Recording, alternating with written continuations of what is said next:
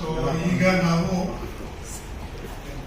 Struck court ಆರ್ಡರ್ನ ಈಗ ನಾವು ವೇಟ್ ಮಾಡ್ತಾ ಇದ್ದೀವಿ. Though we are successfully maintaining last cooperative ಸೊಸೈಟಿನಲ್ಲಿ ಅಪಾರ್ಟ್ಮೆಂಟ್ ಕಾಂಪ್ಲೆಕ್ಸ್ ಮೇಂಟೈನ್ ಮಾಡ್ತಾ ಇದ್ರು. We are eagerly waiting cooperative high court judgement wait ಮಾಡ್ತಾ ಇದ್ದೀವಿ. ಸೊ ಹೈಕೋರ್ಟ್ ಜಡ್ಜ್ಮೆಂಟ್ ಪ್ರಕಾರ ನಾವು ಹಾಕಬೇಕಾಗತ್ತಾ ಇಲ್ಲ. We have to challenge in the higher courts. That is our situation. ನಮ್ಮದು one and only issue is conveyance date from builder.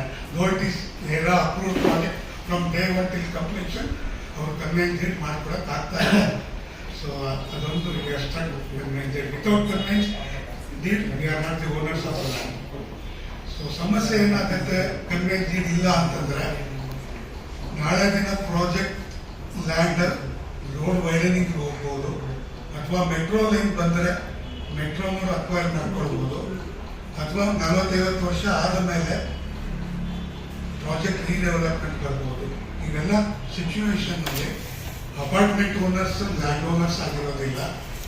Builder ಅಥವಾ land lord ಬಿಟ್ಟು apartment owners ಏನು ಮಾಡೋಕ್ಕಾಗೋದಿಲ್ಲ. ಅಪಾರ್ಟ್ಮೆಂಟ್ ಓನರ್ಸ್ ಬಿಟ್ಟು ಬಿಲ್ಡರ್ ಏನು ಮಾಡೋಕ್ಕಾಗೋದಿಲ್ಲ.